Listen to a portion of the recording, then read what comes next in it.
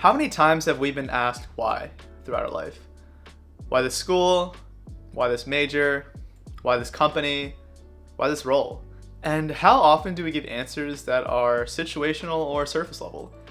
Answers like, it's got a great business school and alumni network. Or, it's a great role to start your career because you get to learn a lot in an accelerated period of time and you get to be in a challenging environment. Did we really come up with these answers ourselves? Or did we merely hear it from someone or someplace else and just regurgitate it with our own spin on it? As much as we try to convince others with our answers, we're just as, if not more so, trying to convince ourselves. And we don't even realize it. The answers we give are the tip of a much deeper iceberg. The Merriam-Webster definition of why is 5 words: for what reason or purpose. As human beings, our consciousness enables us to have awareness of ourselves and therefore our reason or purpose behind the things that we do, our why. Yet oftentimes we stop at the initial why and take that answer at face value. But it's not until we ask why a second, third, fourth, honestly, however many times it takes to get to the bottom of the iceberg, and even then, it might not be enough. If we don't know the true reason or purpose, the why, behind our actions, then we end up merely living life on autopilot, just going through the motions, basically becoming NPCs just crashing into each other all day. Days, weeks, years go by, and before we realize it, we're stuck looking back at all the time that we spent merely existing and not truly living. I can't quite recall when I first began asking myself why, but for the longest time, I've had different whys for different areas of my life. One being to honestly just prove people wrong. Growing up, I'd felt slighted and doubted, whether it be in school, in sports, with girls, you name it. And looking back now, I definitely recognize the theme of just general unworthiness and not feeling like enough. But at the time, I just really struggled with feeling boxed into this westernized, stereotypical Asian kid. The unattractive, weak, nerdy guy. And for a lot of my young adult life, I spent so much time and energy trying to craft this identity to run away from this stereotype and to prove people wrong. In reality, I was just running away from myself, having a hard time just accepting myself for who I truly am. Another really distinct why that I can point to, especially during my college years, revolved around my parents. My parents immigrated here from Henan, China over 20 years ago, working tirelessly and sacrificing so much to provide my older brother and I the life they never had. Growing up, I heard stories such as how my dad hated the taste of onions for the longest time, because when he first immigrated here to the US alone, he ate onions multiple times a day, every single day, as a cheap source of food. I heard stories about how my mom would fall asleep on short elevator rides due to the fatigue that she'd accumulated over the week, working 2 full-time jobs as both a mother and a full-time doctor. All these stories, and these are only 2, that I'd heard growing up, which I'm sure each immigrant family has their own variation of, ingrained in me this deep sense of, or honestly duty, to ensure that my parents' sacrifices were worthwhile. And that became my why. Once the seed was planted, I had a hard time discerning which goals, which values, which whys belonged to my authentic self, and which belonged to the version of myself that I'd curated in the eyes of my parents. In my blind pursuit of my why, to ensure my parents' sacrifices were worthwhile, I determined early on, at least from their lens, that success would mean getting a good GPA and landing a job that would set my career up well and give me financial security. Fortunately enough, a meticulously curated timeline of extracurriculars and internships would soon land me on a path that would make this why a reality.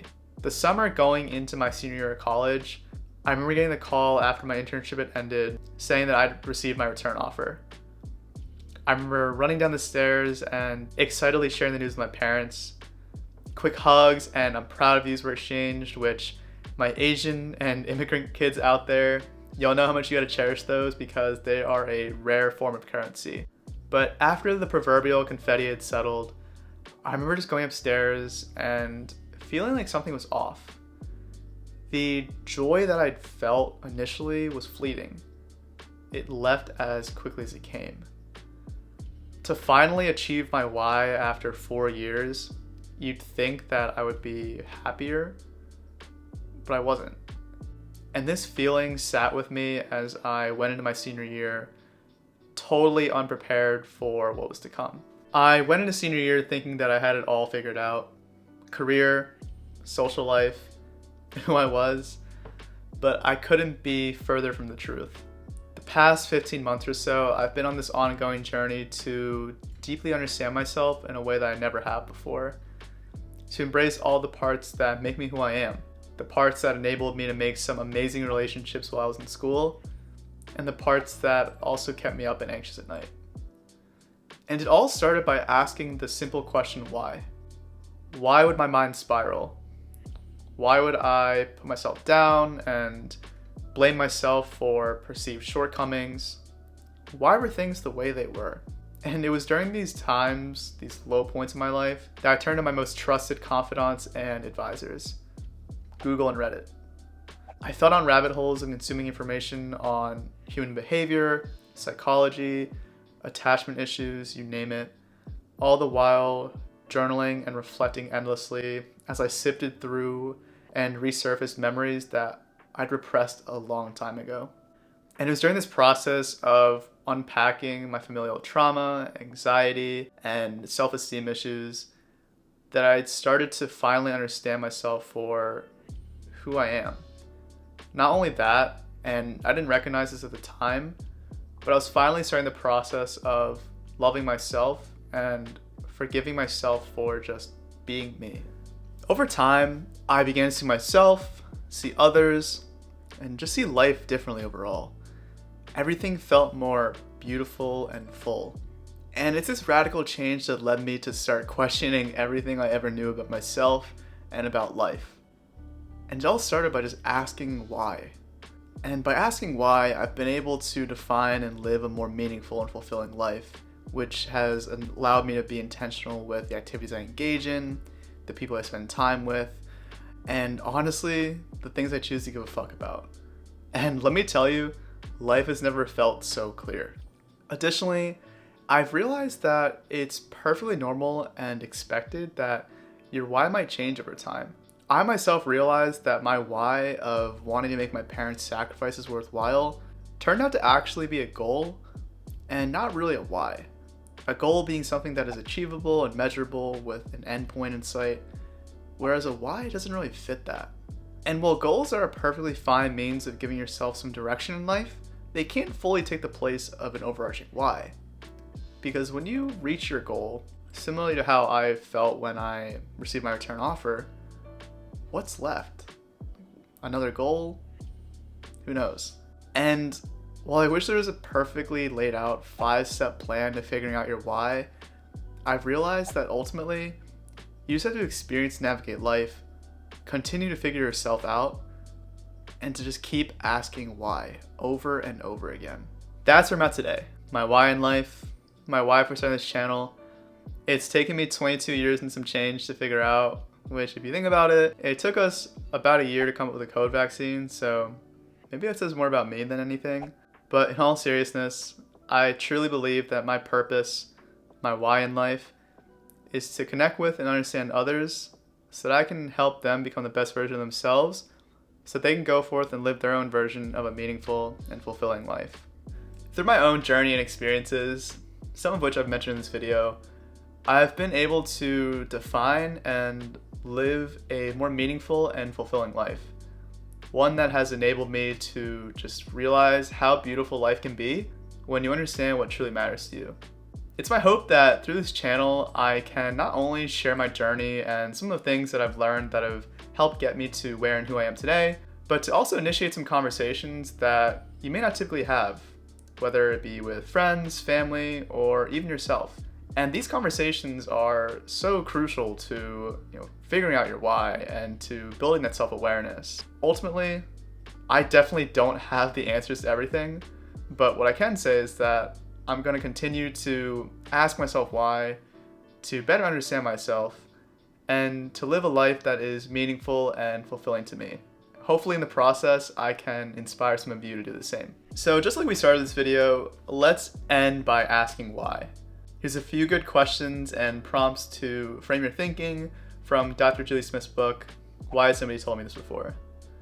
The first being, if you only get to live once, what kind of impact do you want to have while you're here? The second, what do you want to stand for in your relationship with yourself, your health, and your personal growth? What is important to you about these?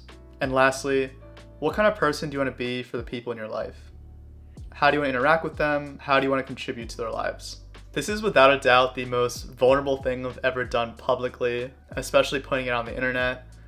And I'm definitely nervous, but this is genuinely the most excited I've ever been to start something new, because for the first time in my life, it's driven by my own reason, my own purpose, my why, one that resonates with my authentic self. No longer do I feel this need to prove anyone wrong or to make my parents proud by staying in a prestigious job. And for me, growing up, my dream was always to be a YouTuber, but I lost sight of that as I grew older in blind pursuit of this path that honestly wasn't even mine to begin with. So this is the year that I'm finally going to start living and building on my dream, and I couldn't be more excited. Not to mention, the opportunity to share this journey with all of you is something that I'm super grateful for. And needless to say that I'm here for each and every one of you every step along the way as you embark through your own journeys. I've got the utmost confidence and belief in you and your ability to go out and create and live your own version of a meaningful, fulfilling, and beautiful life.